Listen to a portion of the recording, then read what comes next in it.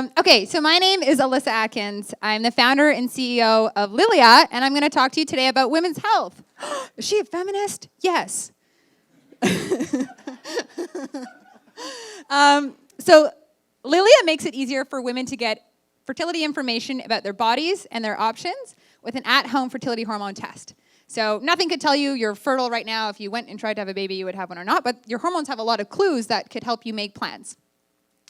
On a personal note, a little while ago, my decade-long relationship came to an end, and someone really close to me went through early menopause when she was 37, so changing her plans of having a big family. And once I started dating again and my career started taking off, I started thinking about my fertility in a really serious way, to be honest, for the first time really at all. And that was the impetus for starting Lilia. And so 101 days ago, I was a VP marketing at CareGuide, and we've done a lot in that time. So we raised $800,000 without a deck or a site or a product, actually. We had over 500 people sign up for our pre-launch list. We were the first company to partner with a Canadian hospital to validate the science behind the hormone testing that we're doing. We were featured in the Globe and Mail, and Forbes named us as one of the top fertility companies to watch. We recruited a Cornell and Columbia-educated fertility specialist and have grown to a team of 5. And we're nearly ready for launch. Woo! We were just doing product testing today, actually. Learned a lot. Not ready. And so we're doing this all because women's health has been grossly ignored. For quite a long time, actually. And an example of this, scientists have excluded female animals while conducting experiments, even while studying conditions that may disproportionately affect women, because the fluctuating hormones could lead to messy results. And so the impact of this is that we've developed drugs that are less effective on some women. Just this week, the FDA approved a new HIV prevention drug for men and not women, even though women make up 20% of HIV diagnoses. And so it's like we ignore women in clinical studies, and we don't really talk about their bodies or health publicly unless we're legislating or sexualizing them. This is a women's health magazine from last month. And what we get is, the Smile High Club and how to have better hair and look good naked. And so it's like we're still really focused on wellness as being what we can see on the outside. And the impact of this is it leads to a dearth of understanding and information about our bodies. And so, did you know that 1 in 10 women has PCOS, polycystic ovarian syndrome? This is as common as being left-handed. In addition to affecting your fertility, PCOS shows up in a bunch of other health factors like weight, mood, and can increase your likelihood of certain cancers. And yet the first time I heard about PCOS is when I was diagnosed with it. And we know that women's health hasn't actually changed much in a really long time. This picture could just as easily be of me or my grandmother waiting for a pap smear. And for anybody who hasn't had the pleasure of a pap smear, you put your feet in these stirrups and move your bum to the edge of the seat, and a metal speculum, I think it's called, is then put in your vagina to open it up, and then your cervix is scraped to send the cells for testing. And it's about as fun as it sounds. All this to say, we've made some incorrect assumptions about the delivery of care. And I can think of 3.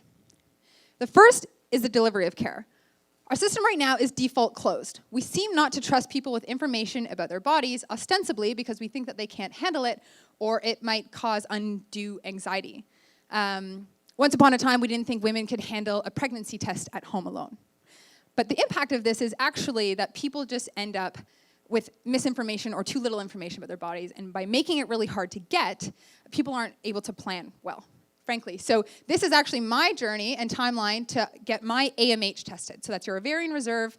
It tells you about your egg count, whether you might enter menopause early or late, and whether you might have PCOS, which is how I found out that I did.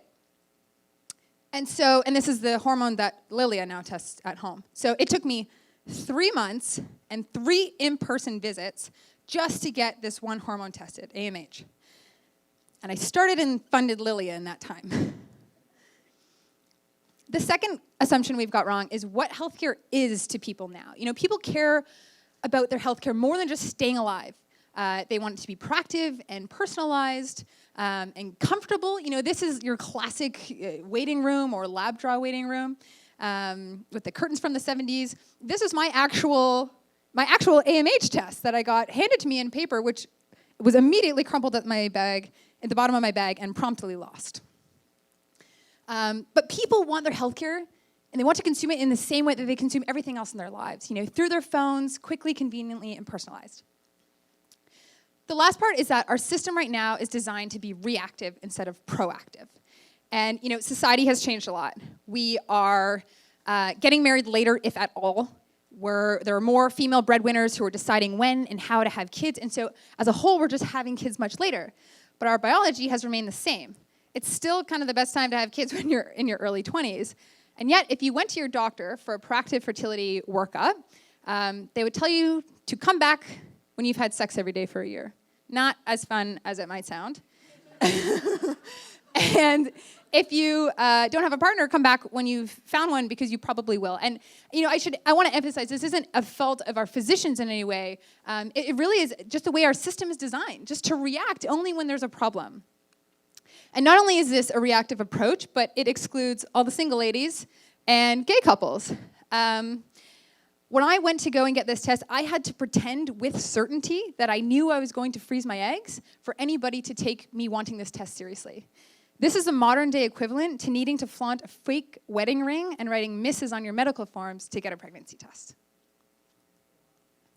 This is tangential, but I think it's worth calling out, this is so much worse for women of color being taken seriously in medicine. This is, Serena Williams, the greatest of all time, just had a baby recently, and after her C-section, she knew she was at risk for blood clots. And so when she felt short of breath, which would be an indicator of a pulmonary embolism, life-threatening, she told her medical team that she wanted a CT scan and blood thinners. The nurses told her she was confused, and it wasn't until she forced the doctors to capitulate to her demands that they found life-threatening blood clots. And so this is the care that Serena Williams is getting. What hope do the rest of us have? The reason this matters so much is that people are making irreversible decisions about their lives without access to information about their bodies that could have them just be much more informed and more confident.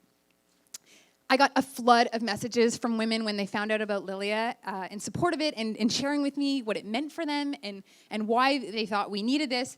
And this is one from Sarah. Sarah says, "I want to take control of my body and my fertility. I want to be proactive. I want to be able to make decisions and know scientific answers about my body." And right now, Sarah would have to go to the clinic, pretend she wants to freeze her eggs, and wait 3 months and 3 in-person visits to get that information. Now that I know what I do about my body, I feel so much more confident in the decisions I'm making. I'm making different decisions. So I am freezing my eggs now, and I feel more confident in my career decisions and in my relationship decisions and overall in the way that I'm living my life. And hopefully Lilia will bring that to others as well, so that the women after me have much easier access to this information.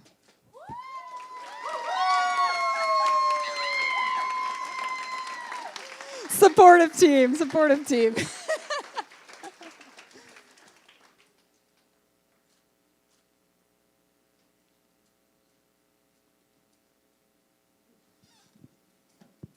Hi, I just have a quick question for you. Yeah. So if I take this test and I find out, oh, wow, I really need to freeze my eggs, what happens after I have this test result from your company?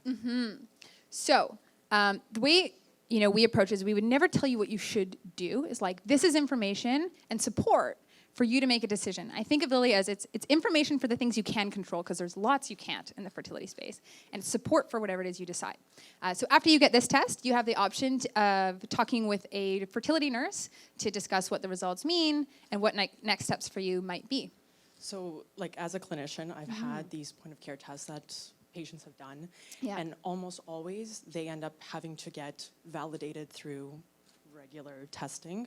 So you talked that it ended up taking you 3 months to get this test done. So I guess my concern for you, or something to maybe consider, so once you have this result and you take this to your physician, who will ultimately end up acting on whatever wishes you desire, have you thought about that? So let me be clear. The reason it took 3 months and 3 in-person visits wasn't because the lab was taking that long to process my test. The labs do the test the same day. It was a matter of getting into my GP, who then had to give me a referral to the clinic. Then I had to wait to get into the fertility clinic and then go up there to get the blood draw and then go back for my results. we've validated our science with a premier Canadian hospital lab, so it's a lab inside of a hospital. And what we did to make sure that these results would be as accurate as if you were in a lab was they ran a study to validate that the blood from your arm, venous draw for the physicians, and the blood from your finger, capillary draw, would result in the same read. And what we saw was that it mapped near perfectly. And so if you were sent back to get the draw again, the assays may be different and like people have different equipment, but you would end up in the high, normal, or low range appropriately. But then it still sounds like there's a barrier to access that care if you need to be referred to a certain kind of physician or clinic for that test to be redone or repeated, or to access that clinician who could help you with fertility drugs or freezing. So yeah, so the consult they would get with us is the same consult that they would get if they went to a clinic. So we're basically replacing the first step of I want to know information about my body. This is really hard to get right now. And so with us, you get the same test, you get the consultation, and then it's up to you. Maybe you want to test again in a year because fertility is not static and it is not binary. It changes over time. And if you want to do, if you are serious about freezing your eggs, for example, then you would go through the regular channels right now of going to the clinic and starting that process. Okay, thank you. Cool. Happy to chat with you more after about it. Yeah. Okay. Hello.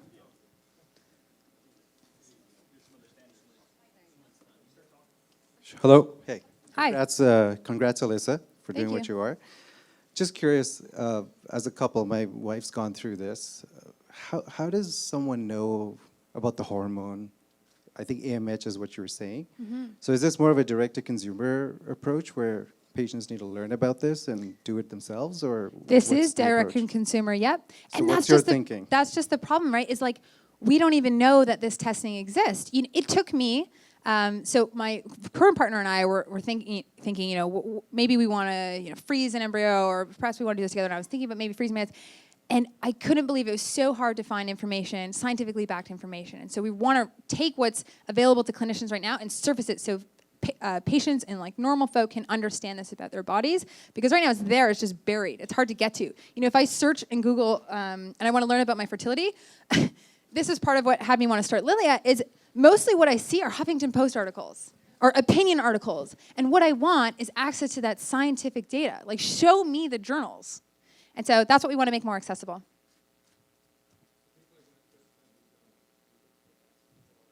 People will find Lilia the way they find any consumer product. Yeah. Cool. Do we have time for one, Maggie? Thank you. Oh, this is working. Hijacked your question. Thanks. So first of all, I think that what you're doing is awesome and well done. I have two questions. Well, okay, let me just ask first. Pick your favorite one. Yes, my favorite question is, what kind of reception are you seeing with this product in terms of like, and kind of like how are people reacting to this? There were moments like I just wanted to break down in tears because you start, and the entrepreneurs in the room will know this, you start building something and it starts because you think this needs to exist in the world and you're like, I want this and I wish I had this. And that's truly what Lilia is like I'm building what I wish existed for me 6 months ago.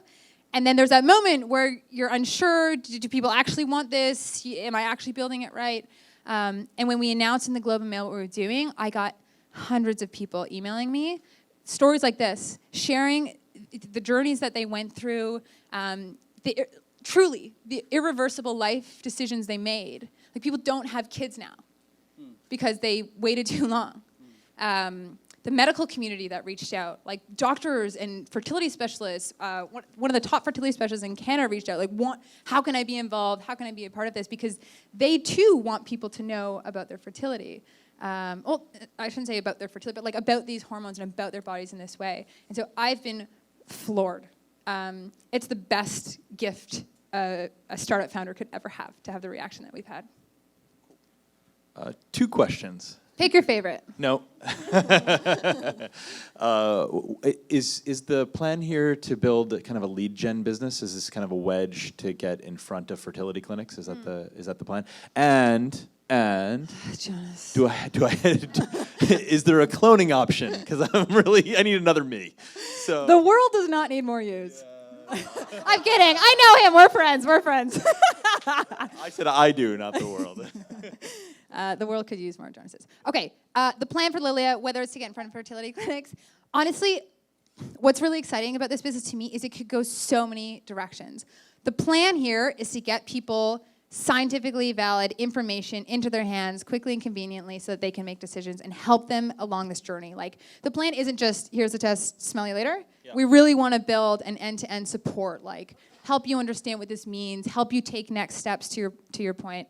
And so it could go a lot of directions. And then you want to know if we can clone you. No, that wasn't really what. Yeah. Soon. Coming soon. Coming soon, not by me. Thank you so much.